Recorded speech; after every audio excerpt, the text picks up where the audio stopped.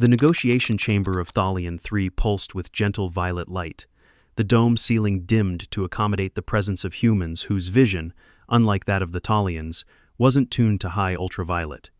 Ambient mist crept along the smooth black floor, dispersing in thin eddies with every step of the diplomats and guards. Sergeant Nolan Reyes stood behind the human envoy, spine straight, one hand resting casually on his belt near the stun pistol holster. He didn't need it.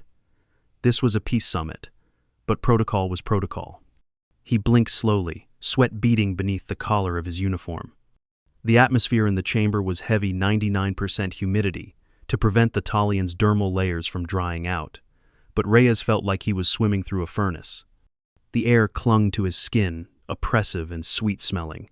His pulse was a little fast, but manageable. Probably dehydration, he figured. He shifted his weight and tried not to sway. Ambassador Lorne was mid-sentence, discussing trade routes through the Orlus Rift, when Reyes's vision shimmered, blurred at the edges. The words in the room turned watery. Heat surged behind his eyes, nausea twisting low in his gut. Then his legs buckled. The sound of his body hitting the polished floor silenced the room like a switch had flipped. Reyes lay on his side, eyes open but unfocused, lips parting in a dry mumble. Sweat poured off him, soaking into his uniform like someone had broken a pipe inside his body. Dr. Velrin, the Thalian medical officer seated near the front, leapt forward with the unsettling grace of her kind. She was tall and translucent. Her pale green skin shot through with radiant blue veins that glowed faintly under stress. A neural crest along the back of her skull trembled, shifting colors in sharp pulses of yellow and white, alarm. She scanned him with a narrow, handheld device, its pale cone of light washing over his chest, then froze. "Your blood is boiling," she said with horror. Reyes muttered, barely audible. "It's just a fever, give it a day or two." But Velrin had already pressed the emergency icon on her console. Red bands of energy sealed the chamber's perimeter. A biocontainment field slammed down with a metallic hiss, encasing Reyes in a transparent isolation pod that lowered swiftly from the ceiling and locked into the floor. Ambassador Lorne stepped forward. "Dr. Velrin, he's likely just ill. Humans get fevers." "You do not understand," she snapped. "A core temperature of 103.6 degrees is beyond survivable. His internal systems are melting. He must be kept from destabilizing further. No one is to enter the chamber. Quarantine is in effect." Behind her, several Thalian aides were already evacuating through the emergency sterilization corridor. A hissing mist of decontamination gas enveloped their thin bodies. One of them stumbled, gagging. Inside the pod, Reyes blinked slowly. "I don't need a sarcophagus," he slurred. "I need Tylenol." Velrin's crest flared red. "What is Tylenol?" Ambassador Lorne's jaw tightened. "A human antipyretic. Lowers fever." "Madness," Velrin whispered. "Why would you interfere with your metabolic warning systems?" She activated the internal dispersal mist, flooding the chamber with a fine spray of ionized coolant. The temperature around Reyes dropped rapidly. His skin prickled, convulsed, then turned a pale gray. For a moment, Velrin thought she'd saved him. But then, inexplicably, his vitals stabilized, and stayed stabilized. That night, the outpost medical wing was sealed off entirely. Velrin reviewed the scans in silence. Reyes's white blood cell count was spiking, tens of thousands of individual immune agents surging into his bloodstream, migrating through his lymphatic system, engulfing viral cells wholesale. His lymph nodes were inflamed. His spleen was visibly swollen. He was waging a war inside his body. And somehow he was winning. Velrin stared at the readout. "He should be dead," she said to herself. "His tissues are flooded with inflammatory markers. His body is attempting to heat itself beyond viral thresholds. That is not defense. That is internal destruction." Still, the fever persisted, and so did Reyes. By morning, his temperature had dropped by 1 degree. His lips were cracked. His muscles twitched involuntarily, but his heart held rhythm, and his oxygenation remained strong. She initiated another cooling cycle, unsure if she was helping or hindering. Reyes opened one eye. "You put me in a freezer," he rasped. "You were dying," Velrin replied. "Your blood was at the brink of vaporization." He let out a hoarse laugh. I've had worse flu back in Pennsylvania. That was freshman year. Woke up thinking I was a toaster oven. Velrin tilted her head. You were not a cooking appliance. Exactly. Fever dreams. Common. She looked at him for a long time. And you survived such internal chaos before? He nodded slightly. Lots of fluids. Rest. Not freezer gas. Just need some time. She withdrew, troubled. Back in her office, Velrin opened a locked research file, labeled Biological Disparities, Endothermic Species. The section on humans was sparse. Adaptive immune response, it said. Highly individualized, incomplete data. She added a new entry. Preliminary observation. Humans permit pathogen entry and initiate thermal escalation as immune strategy. She hesitated, then tagged the report. Potential internalized warfare mechanism? Later that day, she returned with a colleague, Dr. Thurn, a xenobiologist, along with Dr. Ures, a Thalian cell specialist. All three stood in silence, as Reyes's vitals displayed on the wall. You say his leukocytes engulf the intruder organisms? Dr. Ures asked.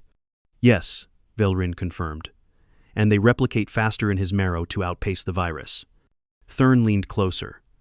So his body allows a breach and then responds with cellular violence? That's the opposite of our dermal defense model. Velrin exhaled, crest dull and twitching. It is trench warfare. Inside the pod, Reyes sipped water through a straw and muttered, Told you. Just a fever. By day 3, Sergeant Reyes couldn't stand on his own.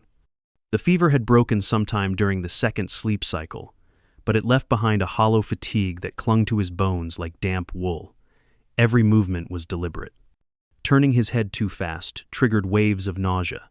Sitting up made the ceiling ripple and swirl. His skin had stopped sweating but felt too dry now, and his throat burned with every swallow. Velrin observed him from behind the reinforced bioshield, recording vitals as her neural crest glowed. A soft amber, curious, cautious. I told you, Reyes rasped. Just a virus. Happens all the time. My niece once got this bug in kindergarten, had a higher fever than I did. She was 5, had juice and cartoons. 2 days later, she was fine. Velrin blinked slowly. The child's systems survived an internal infection at that temperature? Yeah. Her mom kept her hydrated. Little monster bounced off the walls by Thursday. She glanced at the screen again. Reyes' spleen inflammation was down. Leukocyte count had peaked and begun its descent.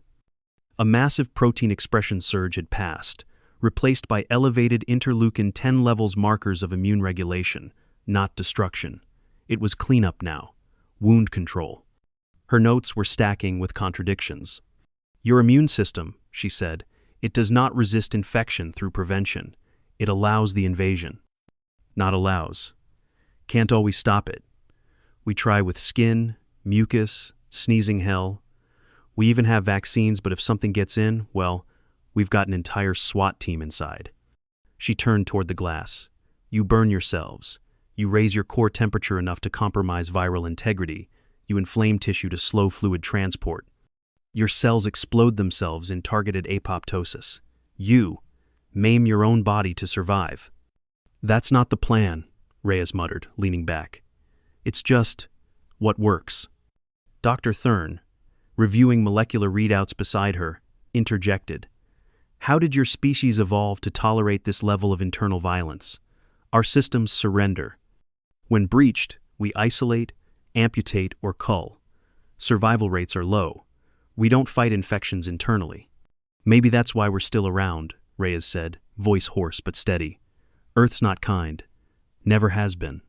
He looked toward the ceiling. You ever seen a snowstorm? Freezing wind, ice everywhere. Bacteria and viruses still live in it. We had to learn to survive the same way we learned to make fire badly and stubbornly. Velrin didn't reply. Instead, she deactivated the coolant mist. She hadn't told Reyes yet, but his body temperature had started recovering faster, without the ionized dispersals. She needed to know if her methods were the problem. By midday, Reyes was propped up in the medical bed, a slow drip hydration line hooked into his arm. His eyes were clearer now, the capillaries less inflamed, and though his voice cracked, he was speaking in full sentences. "Can I get some Tylenol yet?" he asked. "My head feels like a jackhammer with rhythm issues." Velrin hesitated. "We do not store terrestrial medications, but we synthesized its molecular blueprint based on database records. A sample is on the way." Dr. Ures approached the side console. "We've been running concurrent virus cultures. The pathogen doesn't replicate well in Talian temperature ranges. But your sweat," he glanced at the medical log, "still carried viable particles. One of our orderlies collapsed after brief exposure." Reyes sat upright too fast and winced, gripping the bedding. "You let someone in here without proper PPE?" "He approached to clean the external interface," Velrin said. "He was in proximity less than a minute, no direct contact. Still, he collapsed within the hour." Reyes's expression darkened. "Was it airborne? Contact?" "Contact," Velrin confirmed. "We believe the virus transferred through condensed perspiration left on the console." "Then that's on you," Reyes muttered. "This was never a biohazard to us. You assumed your containment would work on my biology." Velrin stiffened. Her crest flickered in a shamed gray. Later that evening, Reyes reviewed his own vitals, courtesy of a patched interface Velrin provided at his insistence. As he navigated the logs, something caught his eye. Elevated viral proteins after each missed dispersal. Not a lot, just enough. He scrolled back. Same pattern every cycle. "Velrin," he called out. She appeared moments later, folding her hands in the observation alcove. "You've been spraying me with antiviral mist," he said. "To weaken the virus?" "Yes. It is formulated to suspend protein transmission and coat viral surfaces in inert binders." Reyes looked up. "Those binders, they'd prevent a virus from unfolding, right?" "Correct. They arrest metabolic cycling, delay replication." He pointed at the screen. "You delayed my recovery." Velrin's crest flushed pale white. "We believed it was assisting you. You gave the virus a shield. My immune system was trying to burn it out. You wrapped it in asbestos." Silence hung for a moment. Reyes pressed his palms into his eyes. "I should have been up yesterday." "I did not consider," Velrin said carefully, "that your system required the fever. We assumed any such temperature was pathological." "Well, it is," he said, "but it's also part of the cure." Hours later, the antiviral mist cycles were stopped entirely. Reyes was given fluids, nutritional supplements, and finally a crude acetaminophen analog. Within 2 more cycles, his temperature normalized. The virus was still present, but localized, contained. The war was nearly over. Dr. Velrin sat beside his bed, datapad in hand, her posture rigid with reflection. "There was a time," she said softly, "when I dismissed the warnings of my mentor. He once said that medicine between species is not about knowledge, it is about listening. I thought he meant protocol. Procedure." Reyes didn't reply. He was too tired to offer comfort. "You were lucid," she continued, "and still I acted like your symptoms could not be trusted, because they were foreign, because they did not look like ours." Reyes opened his eyes. "Doc, I don't need an apology. I need you to believe us when we say what works for us." She nodded slowly. "We will begin a rewrite of all human infectious protocols. No more default mist dispersals. Fever thresholds must be reevaluated. You will not be frozen again." He gave her a weak smile. "Thanks, really. But next time I'm sick, I'm staying on the ship." Velrin stood, datapad glowing with notes and voice memos. Before she turned to leave, she paused. "There is something uniquely violent about your body's resilience, Sergeant Reyes. Not brutal, not mindless, but intentional, measured. Your systems do not flee from disease, they hunt it." He coughed once, painfully. "We don't do it on purpose. We just didn't get the luxury of being fragile." On day 5, Sergeant Reyes finally stood. His legs shook. His breath came shallow and slow. But with one arm braced on the bedside console and a stubborn grimace planted across his face, he pushed himself upright and stayed there. Velrin watched silently, hands clasped behind her back. The pod had been opened 12 hours earlier, the last of the isolation seals lifted under her direct authorization. Reyes' vitals were stable. The virus had been reduced to harmless fragments, now circulating through his lymph system and slowly degrading. But she'd seen enough to know it wasn't Thalian medicine that had saved him. It had been the fever, not that it came without cost. Reyes's skin still bore the rashy pink flush of sustained high temperature. His nails were pale. His pulse had steadied but remained high, hovering just above normal range. The fatigue clung to him like static. He walked only when necessary, and with exaggerated care. Basic coordination had returned, but stamina would take longer, much longer. "How far can you walk unaided?" Velrine asked. Reyes grunted. "Around the bed, if I pretend I'm not dizzy." "You are not cleared for strenuous activity." "No plans to run laps," he said, lowering himself into the bedside chair with a wince. "Just needed to feel human again." Dr. Ures stepped into the room, carrying a sealed sample container. "We've cultured the virus from your sweat, saliva, and bronchial discharge. In Thalian tissue, it causes catastrophic protein collapse in under 15 minutes. Reyes frowned. "So it wasn't just a bad reaction. It's fatal to you." "Immediately," Velrine confirmed. "One of our junior medics developed dermal lesions after brushing against your bedding. He will recover, but with permanent tissue scarring. Your body is no longer a hazard to itself, Sergeant, but to us, it is a minefield." Reyes lowered his gaze. "That why no one comes closer than 10 feet unless wrapped in plastic?" "Yes," Velrine said without hesitation. A long silence settled between them. Then Reyes leaned back and said, "You need better landing protocols. No offense, but someone should have caught this in the atmospheric scans.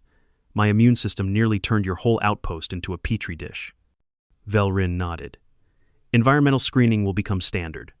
No organism will land on Thalian surfaces again without pre-boarding pathogen assessment and controlled decompression intervals.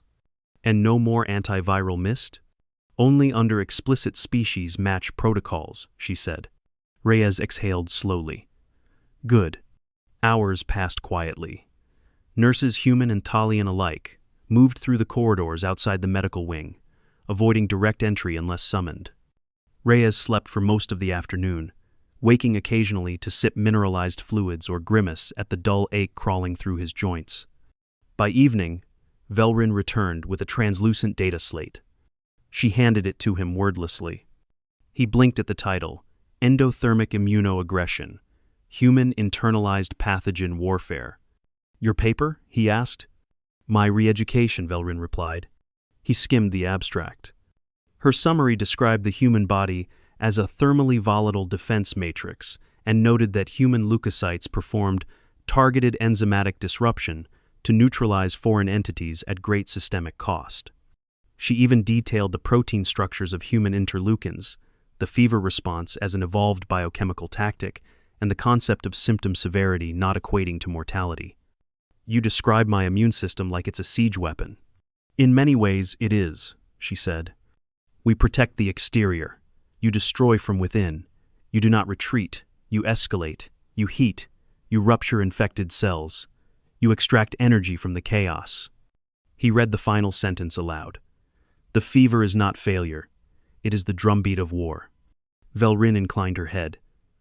"It was what I saw." Reyes chuckled once. "Dramatic, but accurate." He tapped the screen. "I'm impressed. You even got the recovery time about right." Velrine nodded.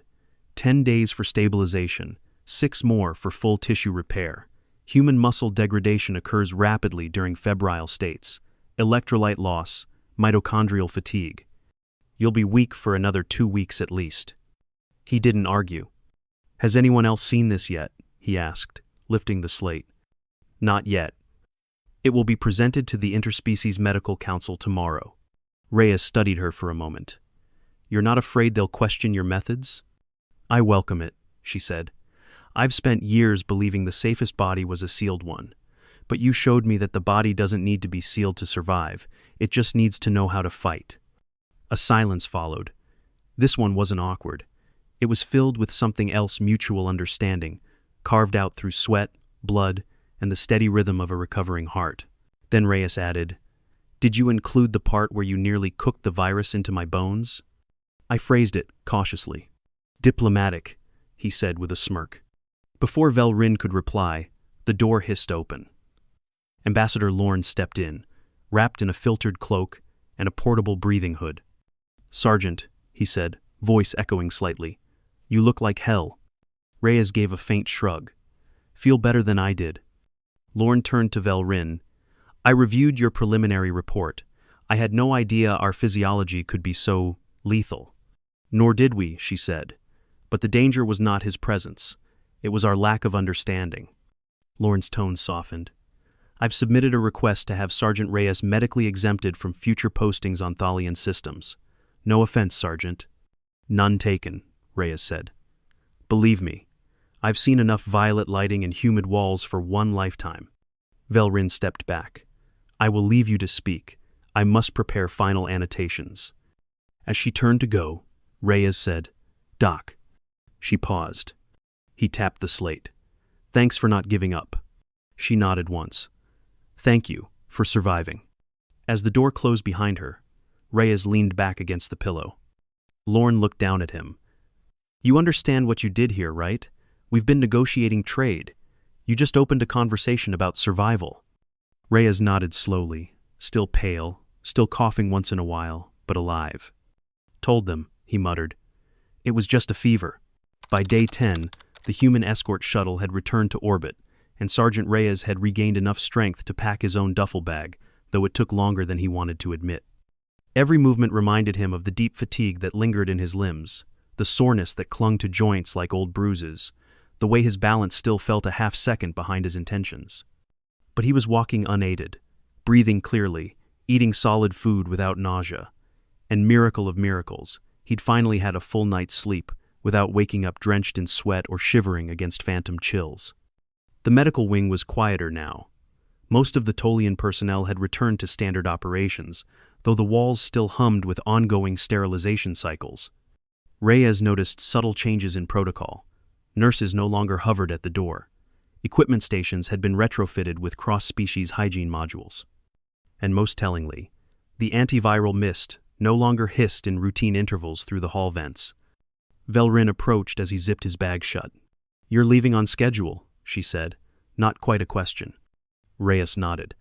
"Command cleared my transport this morning. I'll be in quarantine on the ship for another 3 days, just in case, but after that, I'm heading back to Earth. I've got some leave stored up." Velrin's neural crest dimmed to a soft, contemplative green. "Will you recover fully? Physically? Yeah. Give it another couple of weeks, and I'll be jogging again. Might even start drinking coffee without my hands shaking. And otherwise?" Reyes gave a tired smile. "Let's just say I'll be reading the planetary humidity levels before stepping off the ramp next time." She handed him a small, flat container, slightly translucent, sealed with a flexible biolock. "This is a clean, hard copy of the report," she said. "Formatted in your script. I added a translated foreword. I thought you might want it in your possession." Reyes turned it over in his hands. "You put the whole thing in here?" "Everything we observed. The mist, the fever, the immune escalation. I included your insights on the acetaminophen analogs and the systemic inflammation responses. It will be archived in the Central Interspecies Medical Council database under Cross-Biological Conflict Management." He raised an eyebrow. "Catchy title." She hesitated. "I included a footnote." Reyes opened the file and scrolled to the end. The last page bore a short line. "Do not mistake the fever for failure. In humans, it is the drumbeat of war."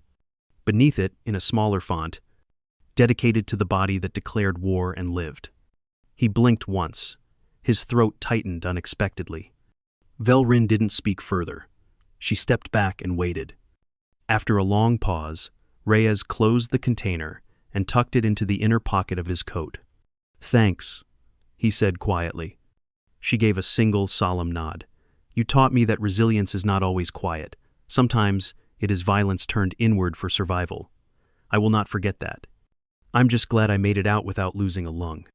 "You nearly lost much more." "Yeah." He rubbed his temple. "Still feel like I did 10 rounds in a furnace." She offered him a cooling patch, one of the few treatments that had provided genuine comfort over the past few days. Reyes took it gratefully, pressed it to the back of his neck, and exhaled. Moments later, An automated tone chimed. The shuttle had arrived at the platform. His departure window had opened. He slung the bag over one shoulder and turned toward the exit. But then, almost as an afterthought, he looked back. Velrin? Yes? When you first scanned me, you looked terrified, like you'd seen someone detonate. I believed you were dying. And now? She tilted her head. Now I understand you were not failing. You were fighting, and we mistook that war for collapse. He nodded once and left. The platform hummed with light wind and faint electrical pulses as the transport shuttle docked. 2 other human personnel in full sealed gear awaited him with decon kits and rehydration pouches.